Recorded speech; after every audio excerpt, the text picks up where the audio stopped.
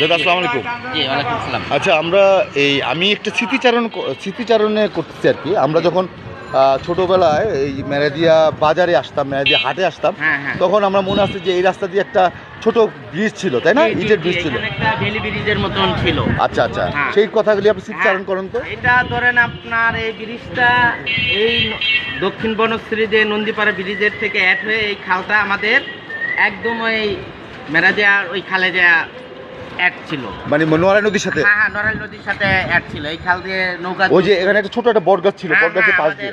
হিন্দু ধর্মের লোকের এই জায়গায় পূজা পার্বণ করতো। আচ্ছা হ্যাঁ। তাহলে এই ব্রিজটা এই রাস্তার মাঝে ব্রিজটা ছিল।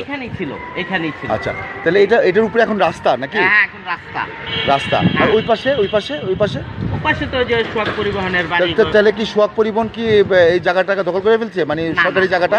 ওটা ব্রিজের ওপাশে তো ধরেন হিন্দুদেরই সম্পত্তি ছিল, ওরা বিক্রি করে চলে গেছে সোহাগ পরিবহনের কাছে। না, ব্রিজের নিচে যে জায়গাটা, এই জায়গাটা তো সরকারি জায়গা।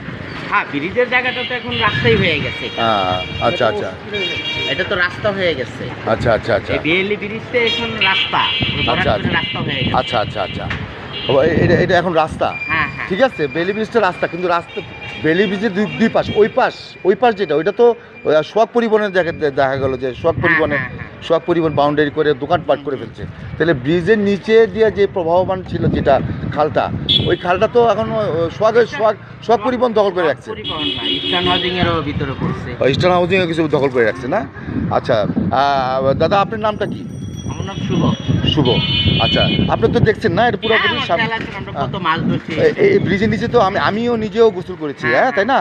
আপনিও তো স্বচ্ছ পানি ছিল, তাই না? তাহলে এই ব্রিজটা সোজা এই খাল দিয়ে, এই রাস্তা দিয়ে চলে গেছে এটা। আচ্ছা ধন্যবাদ, ভালো থাকবেন। এই স্মৃতিচারণ করলাম, ভালো লাগলো। আসসালামু আলাইকুম।